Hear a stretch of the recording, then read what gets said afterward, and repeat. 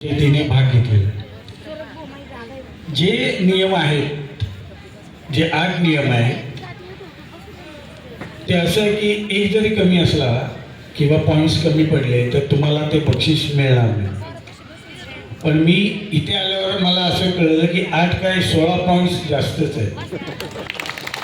इथे कसलीच कमतरता नाही. ज्या गोष्टी वेस्टपासून बेस्ट बनवल्या जातात, म्हणजे आता मी गेलो होतो अगरबत्ती कारखान्यामध्ये, तर अगरबत्ती बनवतात एवढं माहिती होतं, कशी बनते ते माहीत नव्हतं. आणि मग हार साईबाबांना हार घातला असतो, पुष्पगुच्छ वाहिली जातात, फुलं वाहिली जातात. हे जे काय फुलांचं काय होतं नंतर, हे काही कधी विचार पण केला नव्हता मी की असेल बाबा कुठे कुजून जात असतील.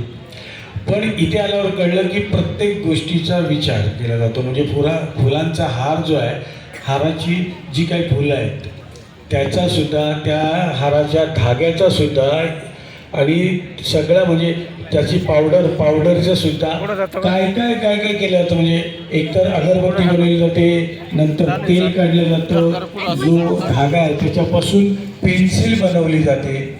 हे तर म्हणजे जो आपला कागद टाकून देतो आपण वर्तमानपत्राचा, त्याच्यापासून पेन्सिल बनवली जाते आणि तेल बनवलं जातं सुगंधी, जे अगरबत्तीसाठी लागतं.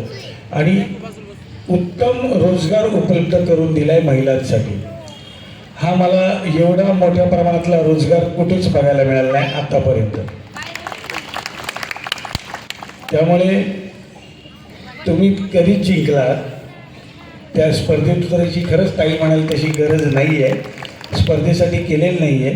म्हणजे आता मला कळलं की कुत्रं चावलं तर लस फ्री आहे, साप चावला लस फ्री, पण त्यासाठी तिकडे कोणी जाऊ नका, फ्री आहे म्हणून चावलं तर चावलं, हाय 10 वेळा घेऊन इंजेक्शन, असं नको. तुम्हाला गंमत सांगतो. म्हणजे लाडकी बहीण योजना आली, आधी काय व्हायचं, नवऱ्याकडं ताई बोलायचं की मला बाबा रिचार्ज करायला पैसे द्या घेऊ, तो दिवस वेगळे होते ते. आता नवरा बायकोकडे म्हणतो हॉटस्पॉट दे की. ही परिस्थिती आली. म्हणजे एवढं चित्र बदललं आहे, महिला सक्षम झाल्या आहेत, स्वतःच्या पायावर उभ्या आहेत. म्हणजे मी विचार करतो हे सगळं लोणी गावात एवढं सगळं का, म्हणजे सगळं शिक्षण संस्था, मराठी पण आहेत, इंग्रजी पण आहेत, नॅशनल इंटरनॅशनल, सगळं. फक्त तिथं मेंटल हॉस्पिटल नाही, हे फार बरं आहे काही खरंच. आणि ही एवढी शून्य माणसं मेंटल होऊ शकत नाही. आमच्याकडे का होत नाही याचा मी विचार केला की हे आमच्याकडे का नाही अशी माणसं. तर काय झालं, तो माझा मित्र आहे, त्याला सर्दी झाली होती, ऐकायला कमी येत होतं, डोकं दुखत होतं. डॉक्टरकडे गेला. डॉक्टरला म्हटलं मला गोळी द्या की औषध द्या, काय कळत नाही, काय खूपच काहीच कळत नाही, डोकं दुखतंय, कानाने ऐकायला कमी येते, सर्दी झाली काय.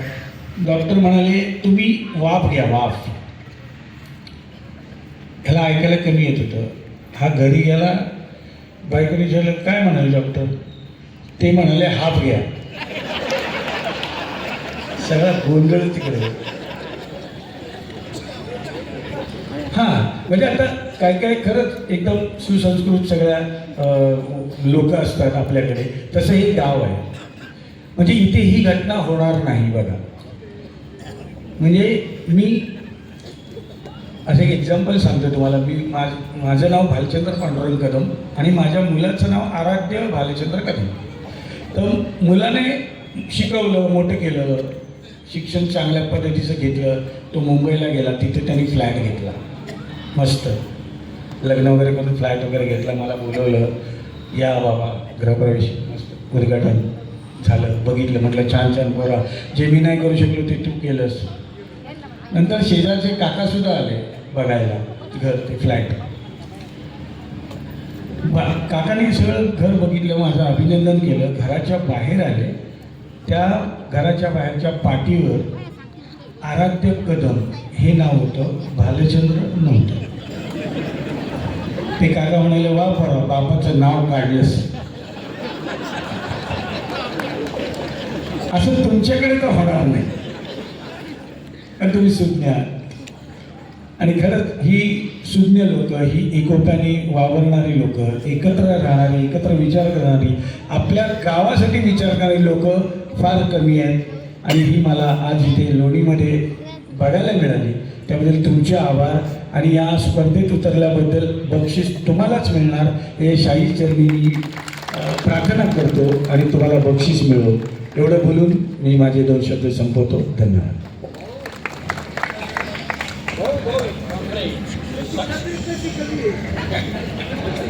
तर काय सांगू आता. भाऊ, आपण आलेला आहात आणि सगळ्यांना एकदा खळखळून हसायचंय आणि चला हवा येऊ द्या प्रेम भाऊ कराव, यांना काही सेकंदासाठी पुन्हा एकदा ऐकायचंय. भाऊ आपण नका जाऊ असं म्हणत असताना एकदा सगळ्या लोणीकरांना खळखळून हसायचंय.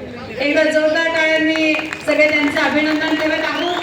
खरं तर या अभियानाअंतर्गत अतिशय प्रचार आणि प्रसिद्धीसाठी ते या ठिकाणी उपस्थित राहिले आणि आभार प्रदर्शन करण्यासाठी आमंत्रित करत आहोत सिनेट सदस्य अनिल एकनाथ विखे पाटील यांना.